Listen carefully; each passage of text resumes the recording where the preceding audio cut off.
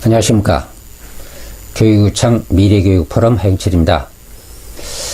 오늘은 현재 중학교 3학년들, 지금 이 학생들은 내년에 고등학교 입학하면은 2015 개정교육과정에 의해서 공부를 합니다.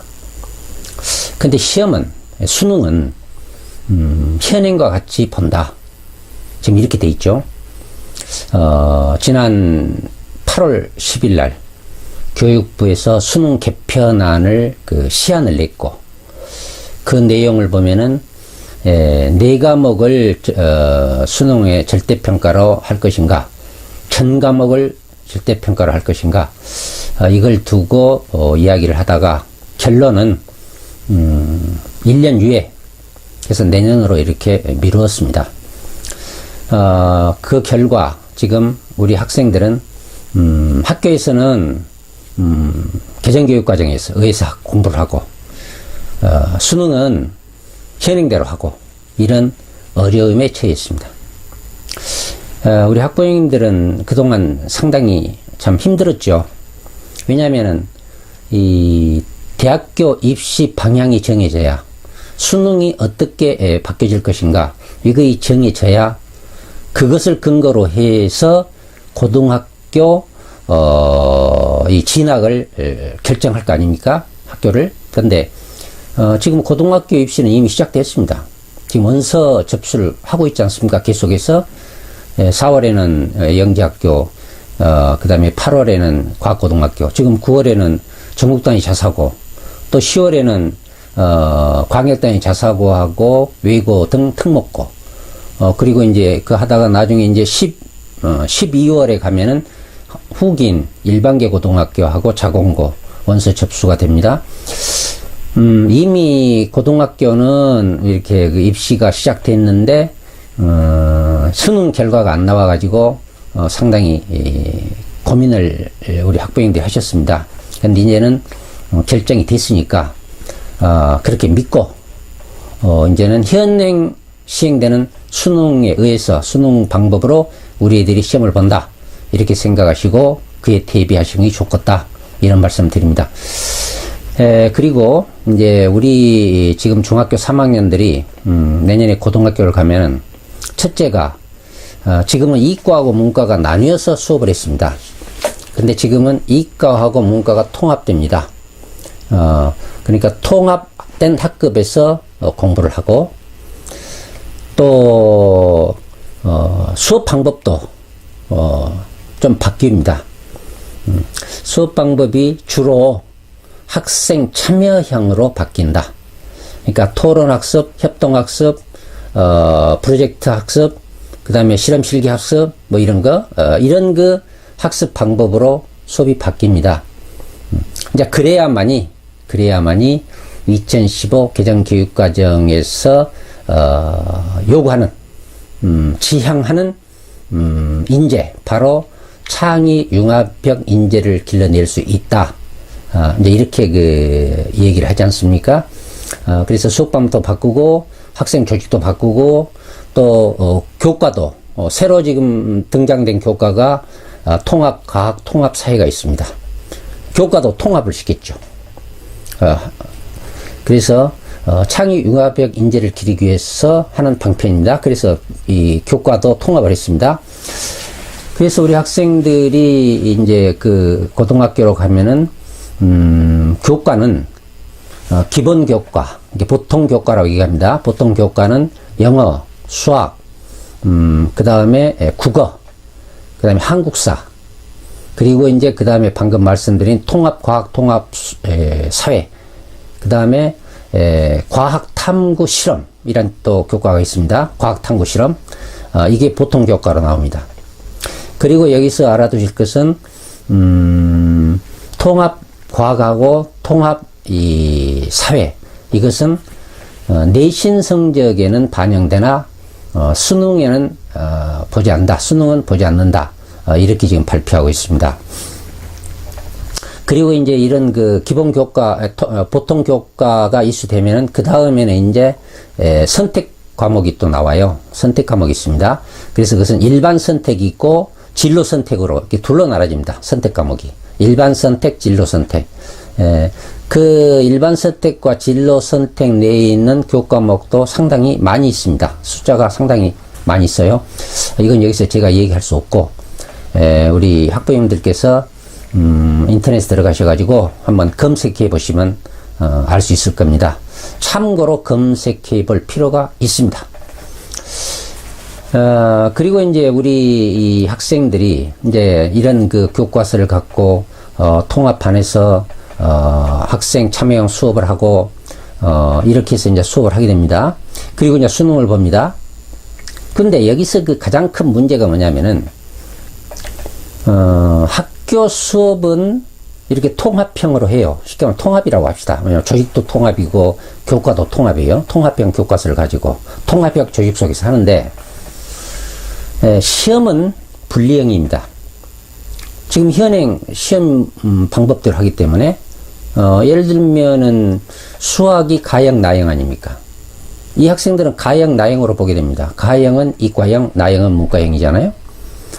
또 탐구 영역도 과탐, 사탐이 있거든요. 과탐은 이과, 사탐은 문과. 이렇게 또 나뉘어집니다. 그러니까 학교 수업은 통합형, 그 다음에 시험은 분리형. 이게 이게 잘 맞지 않잖아요.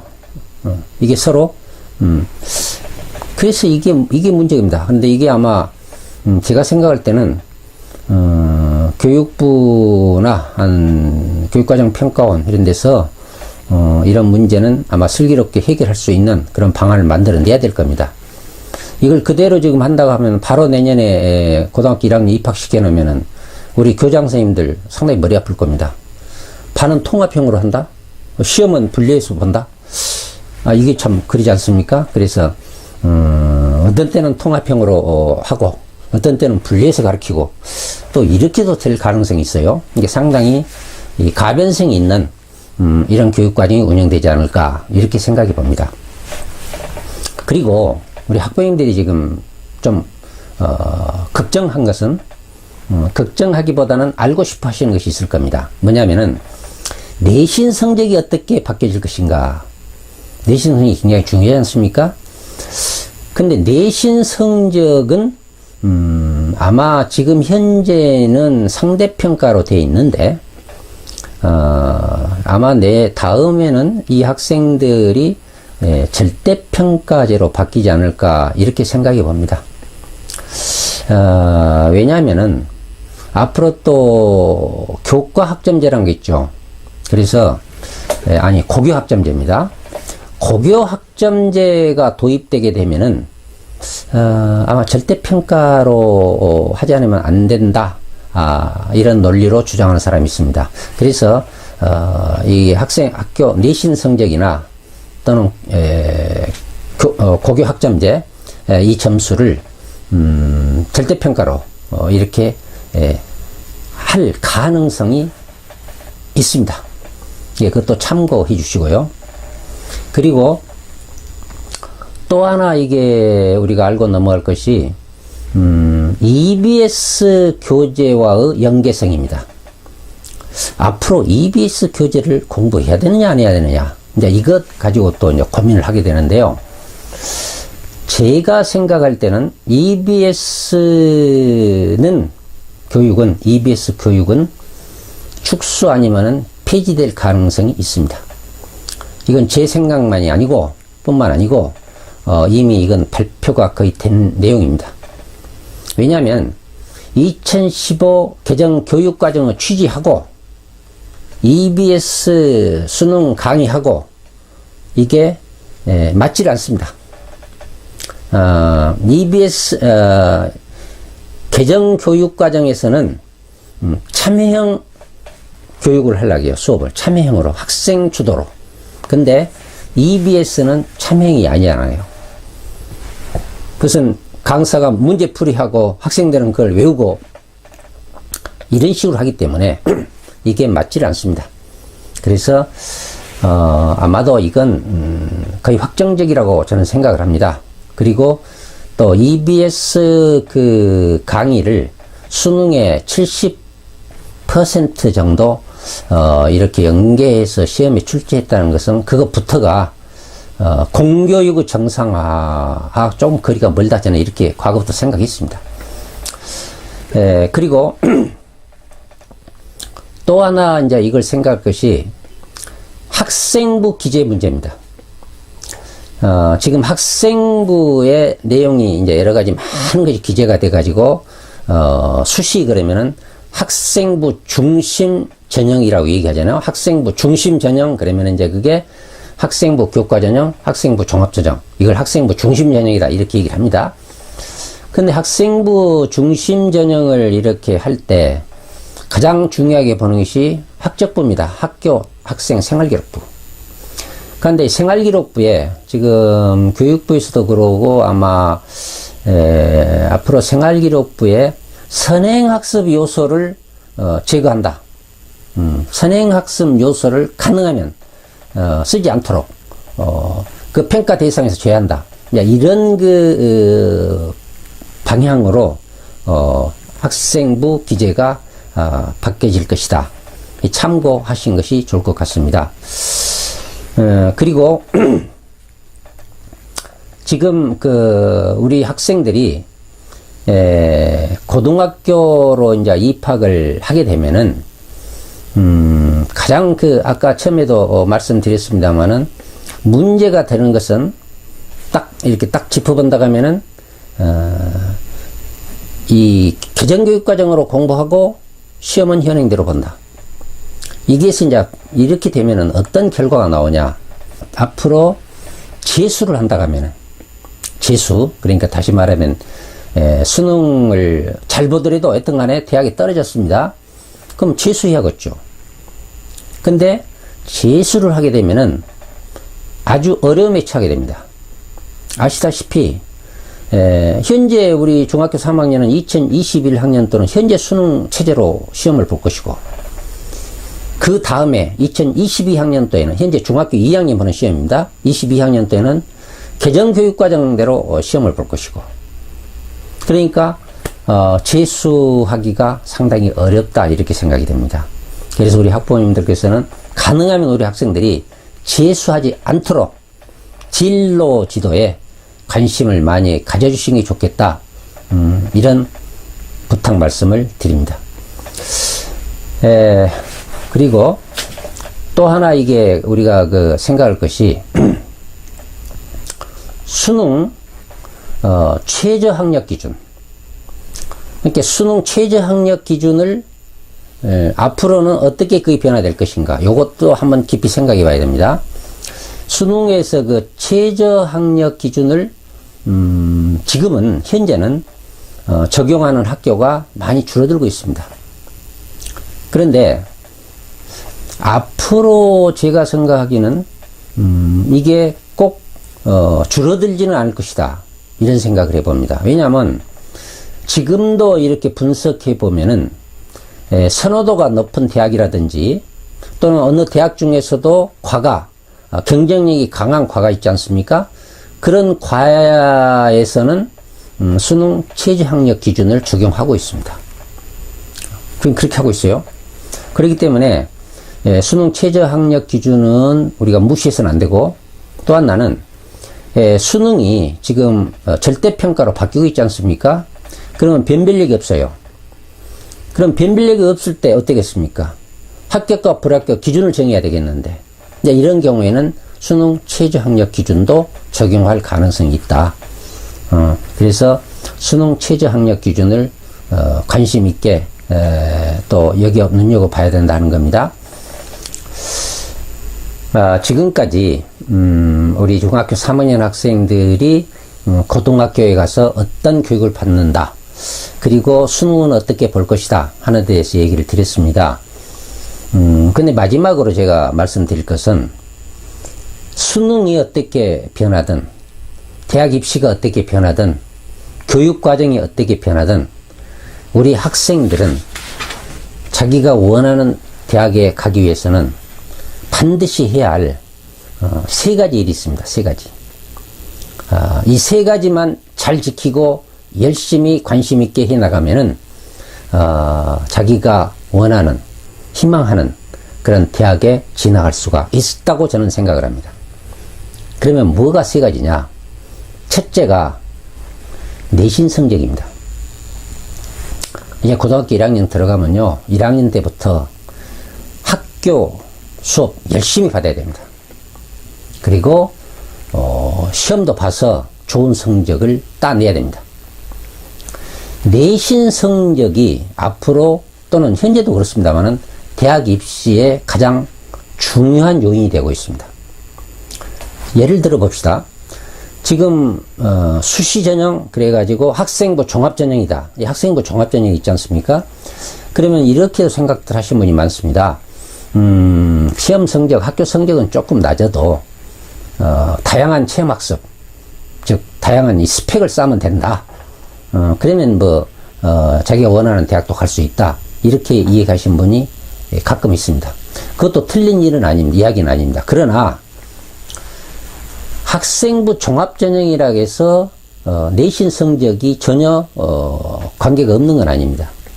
학생부 종합전형에도요, 내신 성적이 20% 내지 30%, 20% 내지 30%가 전형 기준이 됩니다. 지금 그렇게 많이 하고 있어요.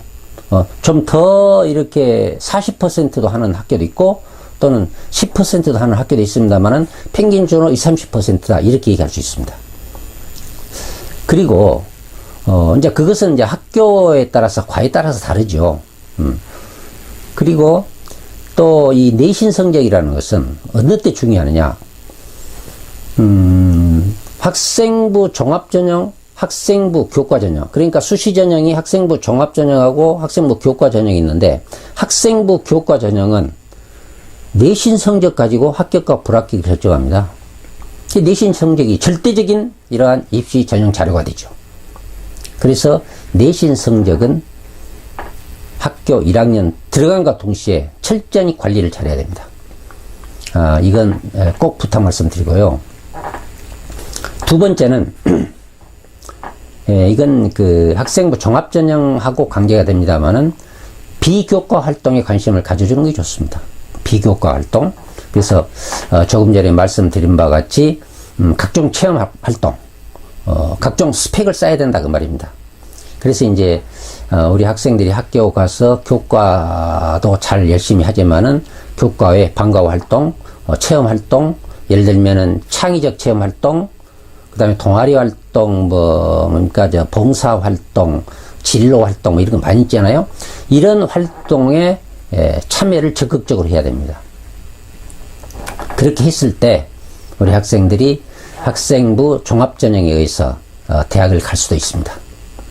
그리고 또 그 학생부 교과전형에도 전혀 이거 점수가 무시되는 건 아닙니다. 이건 필요한 겁니다. 그리고 세 번째는 수능입니다. 수능은 어떤 일이 있어도 점수가 좋아야 됩니다. 지금 수능을 잘 본 학생, 이 학생들은 정시 전형으로 가지 않습니까? 그리고 수능에서 좀 실패한 학생은 수시 전형으로 가고 있습니다. 물론 수능에 점수가 좋은 학생도 수시 전형을 요즘에는 많이 가요. 이렇게 지금 많이 바꿔지고 있습니다. 지금 특목고나 자사고 한번 봐보십시오. 보면은 과거에 그 정시에 많이 합격시킨 학교들이 반대로 돼 있어요. 정시는 숫자는 적고 수시 합격률이 굉장히 높습니다. 그래서 이렇게 그 수시로 많이 이렇게 전환을 하고 있는데, 그러나 어쨌든 수능 점수는 좋아야 된다. 그게 바로 전형 자료가 되기 때문입니다. 그래서 앞으로 이런 그 세 가지, 첫째는 내신 점수 관리, 두 번째는 비교과 활동 철저히, 세 번째는 수능 점수 높이기. 이 세 가지 일만 열심히 하면은 우리 학생들의 대학 진학에 어려움이 없을 것이다. 저는 이렇게 말씀드리고 싶습니다. 오늘 우리 중학교 3학년 학생들 앞으로 고등학교 가서 어떻게 공부할 것이며 대학 입시는 어떻게 전개될 것인가, 이것에 대해서 간단히 말씀드렸습니다. 참고해 주시기 바랍니다. 그리고 다음 시간에는 대학 입시에 대해서 좀 더 심도 있게 구체적으로 좀 얘기할 기회를 가져볼까 합니다. 오늘 감사합니다.